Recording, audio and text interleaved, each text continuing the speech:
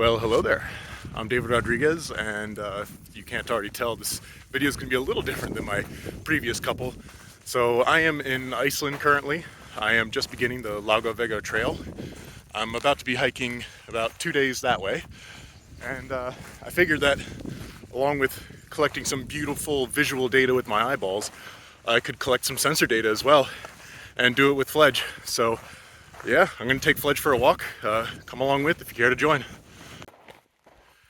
So the sensor I've decided to take along with me is this little guy. This is the BME680 environmental sensor. It has a temperature sensor, humidity, pressure, and did I say humidity? Yeah, and air quality, although I don't think the air quality readings are going to work out. And I have it connected to a Raspberry Pi that has Fledge running on it. And Fledge didn't have a South plugin for the BME680, so I tried to figure out, this was like a learning experience to see how hard it is to BYOD, or bring your own data. So let's get a better idea of the setup that I have with this lithographic PowerPoint slide that you could say I have here. So we have the Raspberry Pi Zero running Fledge with the BME680 sensor attached. This is a stand-in for my phone right here since I'm using it to record. And right here we have a cell phone tower. My phone is, when it can be, connected to the cell phone tower, and it's creating a Wi-Fi hotspot network that the Raspberry Pi is connected to. The South plugin on the Raspberry Pi, along with getting the readings from the sensor, is also getting GPS readings from my phone. I have an app on my phone called Share GPS. It makes my phone act as a GPSD server. I have a Python library on the South plugin that makes it act as a GPSD client. So I'm packaging the sensor data along with latitude and longitude, and then when we have our chance to send data out to HarperDB, it goes out through my phone to the cell phone tower and up to the cloud. So let's talk about data flow. So Fledge is getting data from the BME680 sensor, and it wants to get to HarperDB, but it might not always be able to get there because I might not always have reception. So as the data flows in, Fledge is going to hold on to it, and if it can send it out, great. If not, it'll keep sending it over, it'll keep holding on to it until its next chance.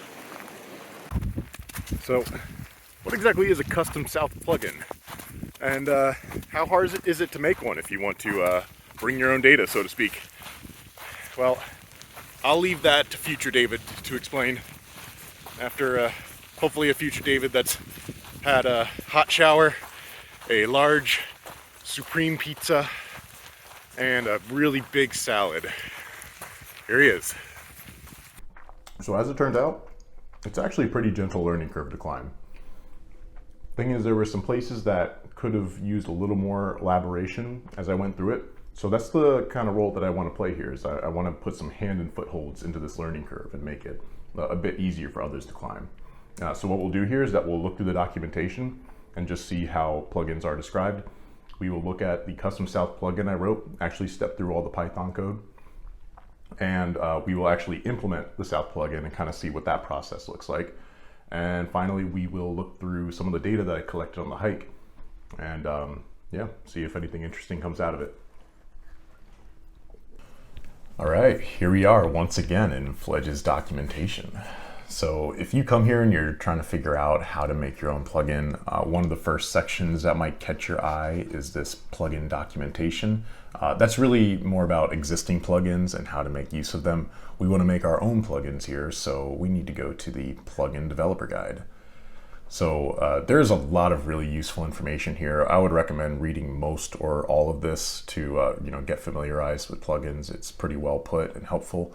But I'm just going to hit some of the highlights real quick here, and we'll get into more specifics once we're actually in the code.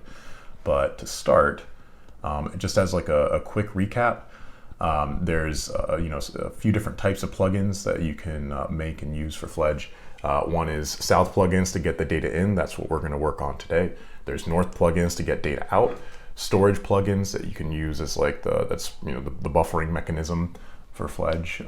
You have filter plugins to actually transform the data as it moves through, and then a couple notification plugins.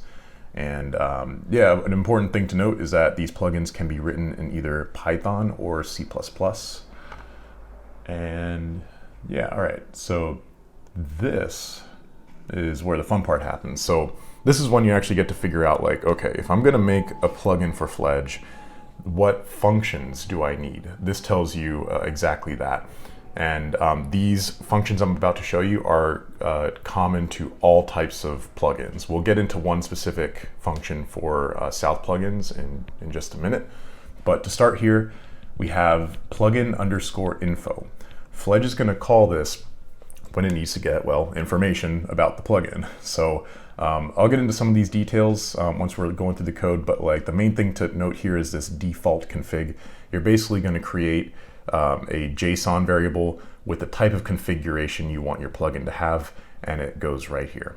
Next up is the plugin initialization. All right, so when it comes time to actually turn on a new instance of your plugin, Fledge is going to call this function, and it's going to pass in that configuration that you specified. And so basically what you need to do here is just start up whatever you need to, and then importantly here, this is a really important concept, you're going to create something called a handle. So pretty much from this point forward, as the plugin runs, whenever Fledge wants your plugin to do something, it's going to pass whatever function that it's calling, it's going to pass it this handle here. So, if you have information in your, configuration, just defining how your plugin should run, it should go in this handle so that all the functions that Fledge calls kind of knows how to behave. So that's really the function of the handle here. It was kind of I don't know, it was a term that maybe intimidated me a little bit, but just after figuring out like, oh, it's just a JSON object that it, passes into all these functions. It's really not that bad. So yeah, this is what it calls when it starts up a plugin. When it comes time to turn off the plugin, essentially it's gonna give you that handle in case you need any information from it, and you do whatever cleanup operations you might need to do before the plugin shuts down. And finally here, to reconfigure the plugin, so if you have a plugin that's already running and you decide to go ahead and change some settings of that plugin, Fledge will call this function. And so it gives you the existing handle that you've previously created, as well as whatever new configuration you've defined, and you update the handle however you feel is appropriate, and you pass it back for Fledge to use on subsequent function calls. So that's kind of the idea here. So when it comes to South plugins, we actually need a function to collect the data, right? So that's where this comes in. Oh, double clicked. There we are. So there's two types of data collection modes for South plugin. There's a polled and asynchronous. Asynchronous, polled you can kind of imagine is like a periodically sampled type of method. Asynchronous, I'm guessing like if you come from the Pi world, that might be like an advised tag. Basically, whenever there's updates available, the function should run. But you can kind of see here that polled mode is the simplest form of South plugin. And I read that and you had me at simple. I just kind of wanted to start with the easiest, most straightforward way to get this working. So I just focused on polled here, but just keep that in mind that asynchronous is also available. So if you have a polled plugin, which we do, then you need to create this plugin_poll function. And this is where the magic happens. This is where you actually collect your data. So as we mentioned, the handle gets passed in to give you whatever information you need. And then you do whatever you need to do to get the data that you need on this particular iteration of this function. And you basically package it up into this readings and wrapper variables and pass it back to Fledge. So yeah, that's essentially what happens here. And so there's a really good example too on how this works, and it happens to be really applicable to the, where'd it go? Yeah, it's down here somewhere. It happens to be really applicable to the type of thing we're trying to get done. Where? There you are. So yeah, like just a fully end-to-end example of how a plugin should look. But I will note two things about this, at least. So one thing I found out along the way is that This is like a plugin example for a real plugin that you can add to Fledge, and it actually is in the GitHub here. But there are differences between how the plugin is described here in the documentation versus how it's actually implemented. One of those things, which ended up being a really big red herring for me, was this. There was a certain configuration item for the example South plugin called poll interval. And it's not really used anywhere in this plugin. So I thought there might be something special about it. Like if you define a poll interval configuration, then that like Fledge then just knows that's what's used to define the polling rate. Turns out that's not the case at all. And there's actually a different way to specify how frequently your plugin should be polled. We'll look at that together a little later on. But that's just one thing to keep in mind. See how it's actually in the actual implementation, it's not used at all. So that and just other little nuances like how the handle gets returned here is actually different. So I would just say, yeah, if you're gonna make a plugin, I mean, all these plugins are available and open for you to look at. They're really useful in learning how to create your own. All right, so with that, let's actually check out the code. So we have finally arrived at this custom South plugin. So I'm just going to go through it as linearly as possible. So starting with the libraries here, I'm using this library to actually read from that BME680 sensor. This is written by a company called Pimoroni. There is a great library they have, as well as a really good tutorial, like all the way from hardware implementation through actually using the library and getting data from the sensor itself. So really helpful if you end up doing this yourself for whatever reason, then I'll make sure to include this information in the description as well. So we have some just odds and ends, like things we need here as they come up. These are pretty common. This GPSD client library is what I'm going to use to query and get the GPS information from my phone that's acting as the GPSD server. I have, and then a couple Fledge specific libraries here. So just to implement logging, and I'm actually not making use of this library. I could just delete it, but this is like, a certain discrete set of exceptions that you can throw whenever it's appropriate. Yeah, that's my understanding at least. So, all right, so this should look familiar, right? We have a default configuration variable that will end up going into this configuration parameter here. So these are just whatever information you think is necessary to make your plugin do what it needs to do. So, one here I think is pretty probably common among all is you want to give your plugin a name.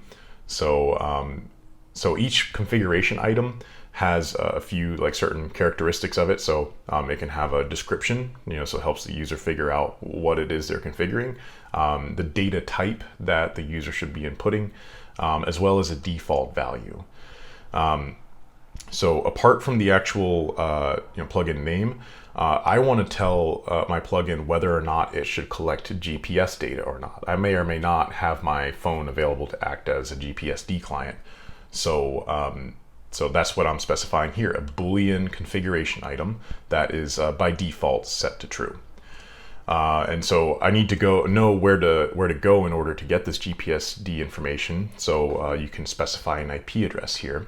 But as I came to find out when making this, the way my phone just happens to work, my particular setup, it has a new IP address every time it creates a Wi-Fi hotspot network, and I couldn't immediately figure out how to change that. So what I ended up doing is just creating another Boolean variable where if the GPSD server is the default gateway, so the plugin will just grab the default gateway's IP address instead if this configuration item is checked.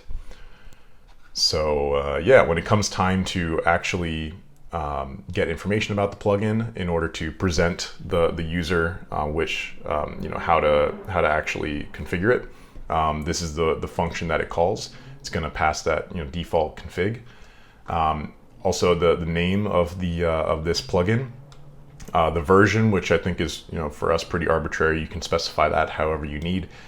This is important though, like as we kind of discussed, you can have either pulled or asynchronous plugins. This is a pulled plugin. And then the type, we're telling Fledge here that this is a south plugin, so treat it as such. And this interface parameter, I don't know if it's fully made use of yet as of 2022, but what I think this is, it's for backwards compatibility. So let's say Fledge kind of changes in the future how it treats plugins. This is a way that we can tell Fledge, hey, I'm a interface, this particular version, type of interface, you should interact with me in a certain way. So this is a way to preserve backwards compatibility. I really like the fact that this is here, kind of thinking ahead. So yeah, kind of nice to see. But for the moment, you can just keep that at 1.0 pretty much in every case. So yeah, all right. So when it comes time to actually turn on my plugin, I need to do a couple things. So I need to actually initialize this sensor object for the BME680. And you notice here I'm declaring it as a global sensor or a global object, because I'm also going to need to use this down when I pull the sensor every time. So that's something important. If you're using a variable that is used in different functions, it needs to be global like this. So I'm initializing the object per that Pimoroni library, and I'm just setting it up with certain behaviors, and different options that the library offers. So this all happens when the plugin turns on. And then all I'm really doing here is taking that configuration that gets passed in and just passing it right back out as the handle that should then get passed to all other functions that get called. And the one that gets called most often here is, of course, the plugin pull function. So I'm declaring that global variable again, make sure I can use it in here.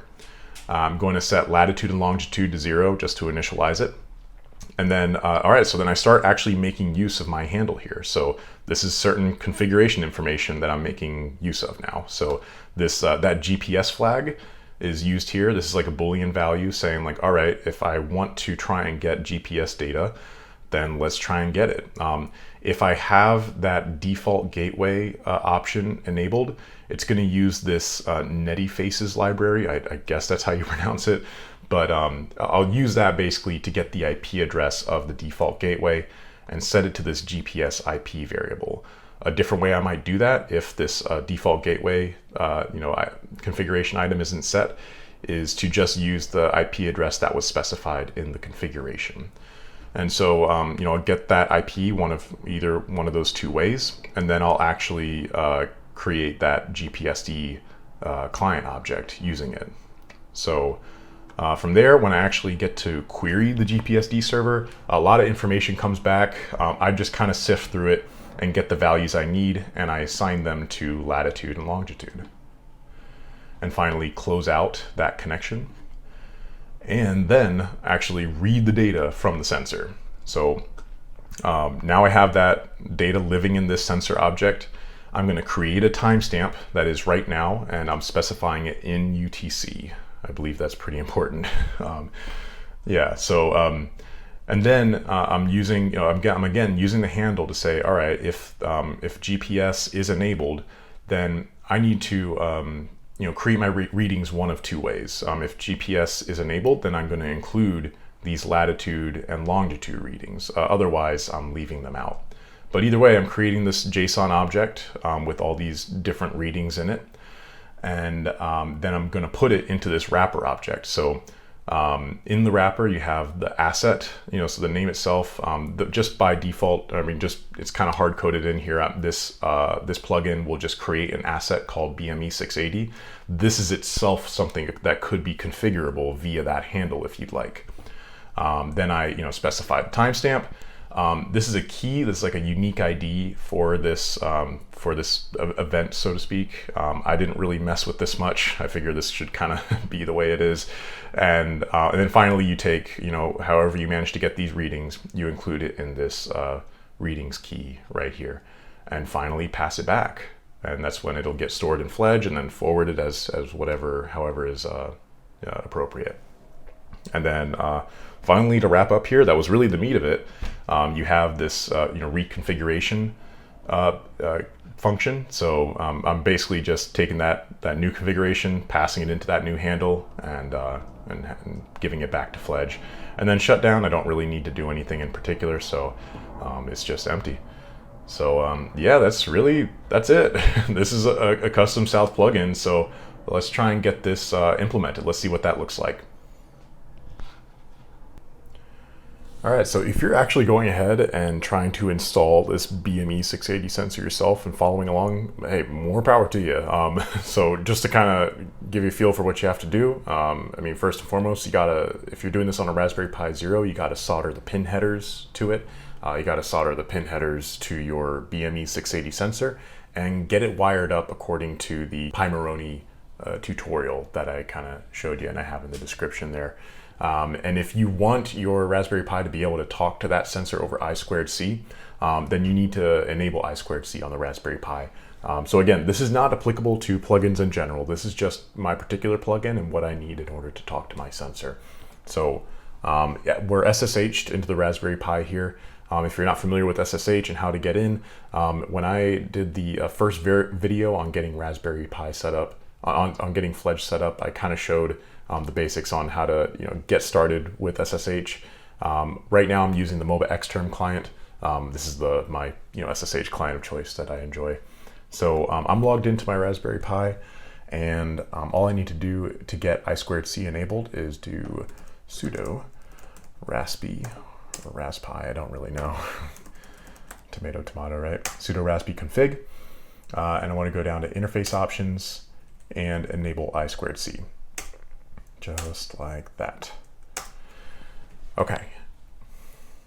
And now, one thing that I have to do for my plugin, which often will be likely what you have to do for your plugin as well, if it uses any kind of Python library that is not yet on this Raspberry Pi, you'll need to get those packages installed any way you see appropriate. So I'm going to do, in my case, I'm going to do the pip installer, so pip3 install, and for example, the BME680 library, I would also need to do this for GPSD and anything else that my plugin needs to run.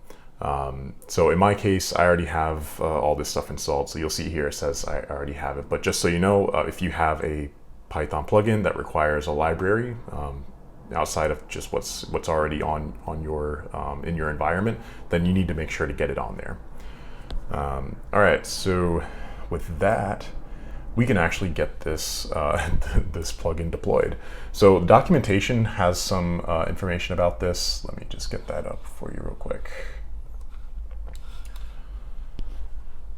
So basically what this is saying is you need to get this Python file into basically this path here. That is if you installed it kind of the normal way that I showed in the first getting started video. If you did it by compiling it yourself or some other custom way, it won't be the exact same path, but for most normal installs, it should go like this. So I have the path handy somewhere, maybe right here. Got a CD into it, of course. All right, let's see what we have in here. So we have, so I actually have some South plugins already installed. I have that DHT11 sensor that's used in that example. I got the SenseHat one going.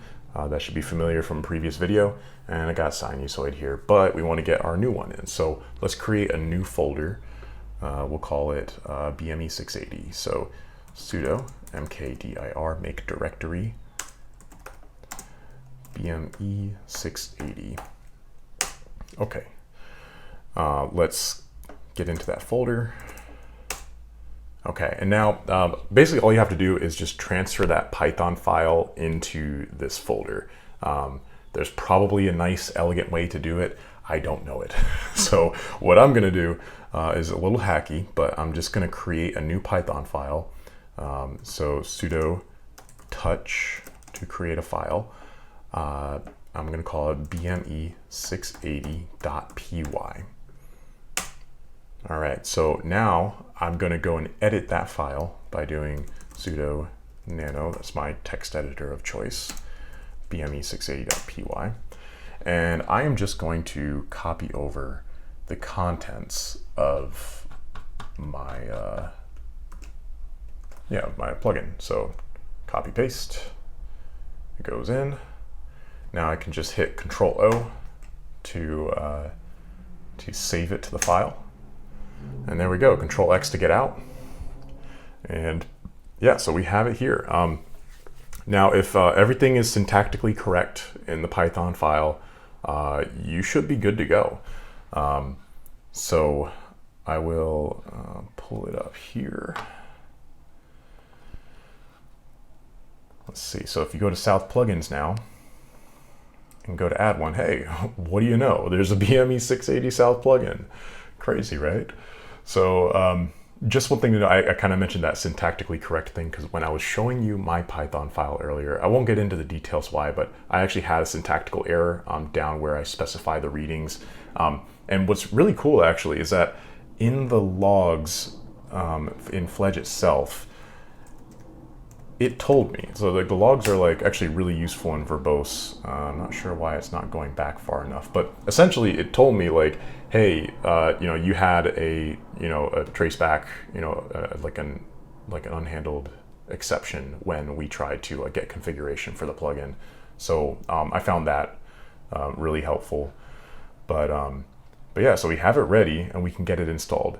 I will also point out, this was in my notes from a while back when I was getting this plugin set up. I think at some point during multiple rounds of testing, I kind of ran into an issue, and all I had to do was, I'm not sure why it's not applicable every time, but I had to widen up the permissions on this BME680 folder.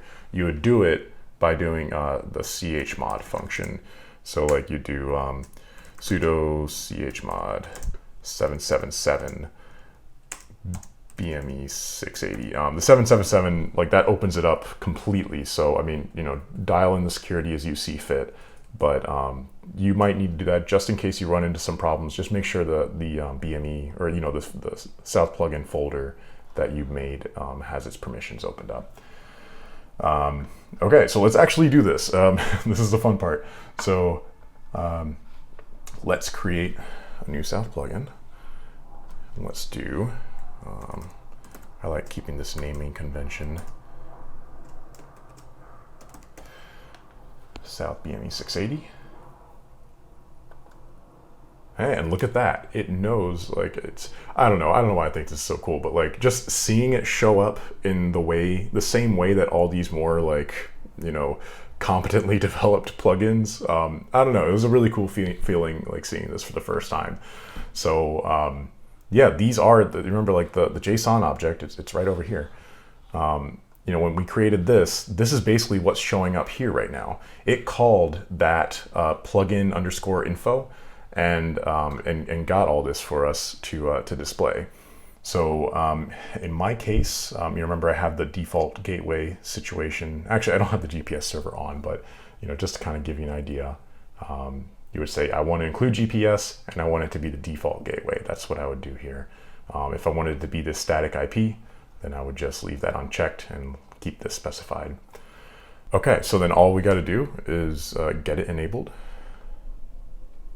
And hey, well, what do you know? We have a custom South plugin running in Fledge. It's pretty cool.